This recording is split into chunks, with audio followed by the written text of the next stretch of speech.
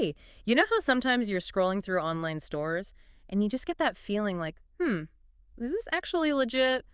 Or maybe too good to be true? Oh, yeah, definitely. Well, today we're going to dive into why that feeling might be popping up more often. And it seems artificial intelligence has a lot to do with it, especially with online shopping scams. That's right. It's getting pretty sophisticated. We've been looking at this CBS News report, and it features some really interesting stuff from Microsoft. They're really tracking this closely. Exactly. So the plan today is basically to unpack how AI is, well, changing the whole landscape for these online scams. Yeah. And importantly, what we can do about it. Right. We want to arm you with some clear, practical ways to stay safe out there, cut through some of the noise, maybe. Sounds good. And it's not just that the scams are better, it's the speed. That's what really jumped out. How so? Well, the report mentioned, putting together a convincing fake online shop used to take scammers days, right? Hmm. Building the site, writing fake descriptions, all that. Yeah, sounds like work. Now, Yeah. with AI, they can whip up a lot of that stuff in like And minutes. it's seriously, wow.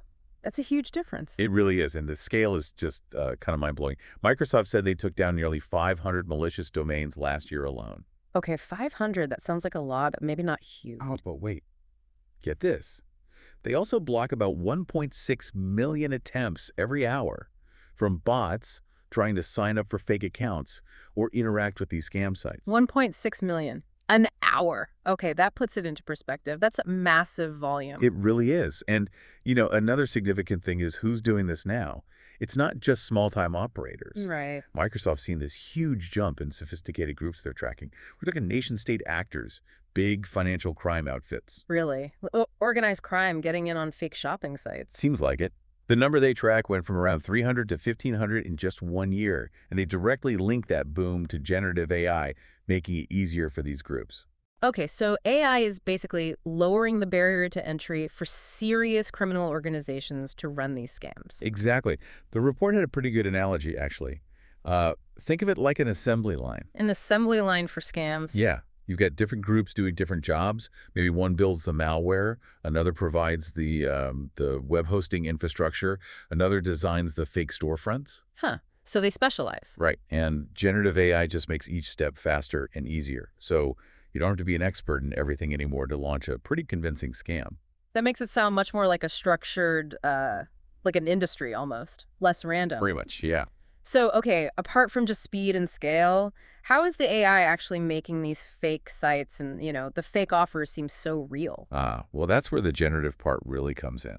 AI can create like incredibly realistic sounding product descriptions, for stuff that might not even exist. Right. Makes sense. It can generate convincing product photos too, even fake ones. And here's the really sneaky part. Fake customer reviews. Oh, yeah. Reviews are huge for trust. Totally. AI can churn out reviews that sound just like real people writing them, lots of positive feedback.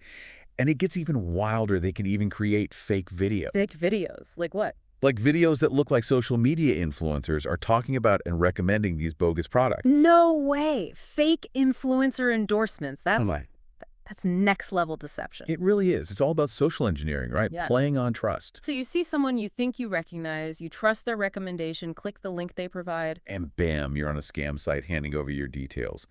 These AI elements, the good writing, the nice pictures, the glowing reviews, the familiar faces, they all work together to make it feel legit, push you to buy quickly. It's like building a whole fake reality around the scam. Wow. Okay, the report also mentioned something called domain impersonation. That sounds tricky too. Oh, it is. Super common and really effective, unfortunately. Basically, scammers create website addresses, URLs that look almost exactly like real trusted brand names. How close are we talking? Like maybe they changed just one letter, or swap two letters around, or add a tiny hyphen where it doesn't belong. Stuff that's really easy to miss if you're not looking super closely. Yeah, I can totally see that happening. You glance at it, you recognize the brand name, you kind of assume it's right. Exactly. Your brain sees the familiar pattern and skips over the tiny error. And that split second is all they need. Click. You're on their fake site. Man. Okay, so it exploits our familiarity. But surely companies are fighting back against this, right? It's not all bad news. No, definitely not. Companies like Microsoft are actively working on this. The report mentions some of the things they're doing. Like taking down those dodgy domains you mentioned Yeah. and blocking the bots? Yeah, that's part of it. It's a constant battle, kind of like digital whack-a-mole. But they're also building protections right into their software. Oh, like in the browser itself. Exactly. So Microsoft Edge, for example, now has this feature. If it thinks you might have misspelled a website name, or if the address looks suspiciously similar to a known site, like potential impersonation, it'll pop up a warning. Oh, that's handy. Like a little, "Are you sure?" prompt. Pretty much. It asks you to double-check the URL before you go there. Just gives you that pause. A built-in spell checker for web addresses, kind of. I like that. Yeah, and it's not just catching typos. They're also using machine learning in the browser to try and, like, predict if a site is malicious. Predict. How? Well, it learns the patterns of known scam sites, the characteristics. So it can sometimes block access to a dangerous site before you even click the link, before it's even officially reported as bad. So it's trying to be proactive, not just reactive. Staying one step ahead. That's the idea. There was a quote in the report from Vasu Jakal at Microsoft. She said they're trying to combat at every place where we see there's a potential of someone being vulnerable to a fraud attempt. Makes sense. Hit them at every weak point. Right. And the goal is to create these little checks and balances for users, like that URL warning, just to make you pause for a second and think, hang on, does this feel right? That little moment of friction could be crucial. Okay, but what about the bigger picture? The report mentions someone from Indiana University's Scott Shackelford. Yeah, he chimed in. He basically said, look, what Microsoft is doing is great. It's a positive step. Yeah. But this problem is just too big for any one company. Right, it needs more than just tech fixes. Exactly. He argued for, a much broader effort. More collaboration between the tech companies, the private sector, and also governments, the public sector. A real team effort to tackle online fraud effectively. He mentioned partnerships with big tech could really move the needle. Okay, so a unified front is needed, which kind of brings us back to us, the everyday online shoppers. What can we actually do? The report had some tips, right? It did. 5 pretty solid practical tips from CBS News confirmed. Let's hear them. Okay, first one. Be really wary of impulse buying. You know those tactics, limited time only. Offer ends in 5 minutes with a countdown clock. Oh, yeah, the pressure cookers. Exactly. Scammers use that urgency to rush you. So the advice is, if you feel that pressure, just stop. Take a breath. Check the site out properly before you buy, even if you think you'll miss the deal. Good advice. Slow down the impulse. What's number 2? Number 2 ties into what we just talked about. Always double check that website address, the URL. Look for those typos, the extra letters, the swapped characters. That tiny detail check is key. Right, vigilance on the address bar. Got it. Number 3. Third tip, be careful clicking shopping links directly from social media apps. Why is that?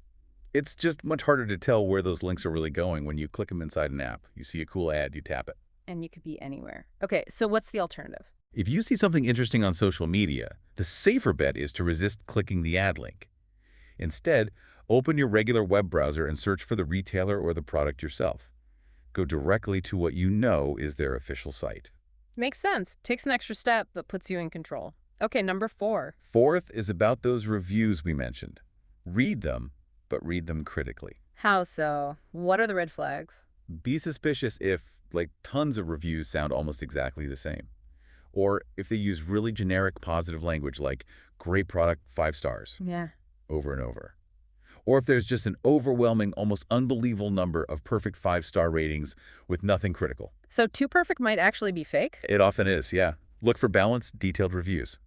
Okay, and the last tip. Number 5. Use a credit card whenever you can for online buys. Why credit cards specifically? Generally, credit card companies offer better fraud protection. If you do get scammed, it's usually easier to dispute the charge and potentially get your money back compared to, say, using a debit card or other methods. Okay, that's a really practical safety net. So let's recap those 5 quickly. 1. Resist impulse buys driven by pressure tactics. Right. 2. Check URLs super carefully for typos. 3. Don't just click social media links. Search for the site yourself. 4. Read reviews critically. Watch out for fakes. And 5. Use a credit card for better protection. Exactly. Those are all things we can actually do. They seem pretty straightforward, actually. Manageable. They are. And I think the main takeaway here is, AI is making these scams way more convincing. So we just have to level up our own awareness. Become smarter shoppers, basically. More skeptical. A healthy dose of skepticism, yeah. Plus, using these tips, These scams work because they look and feel real now, so we need to pause and double-check more often. It is kind of unsettling, though, thinking how easily these sophisticated fakes can be generated now. Really puts the burden on us. It does shift some responsibility, for sure. Yeah. But look, understanding how it works, knowing what to look for, using these habits, it makes us much, much harder targets. We can protect ourselves. Absolutely.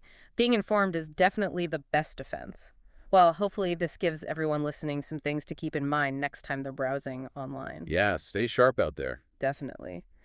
And maybe here's a final thought to chew on. If AI is getting this good at faking shopping sites and reviews, what other parts of our online lives might be vulnerable, beyond shopping? Think about news, social interactions. It's worth considering where else this kind of AI-powered deception could pop up. That's a really good point. Lots to think about. Indeed. Thanks for taking this deep dive with us today.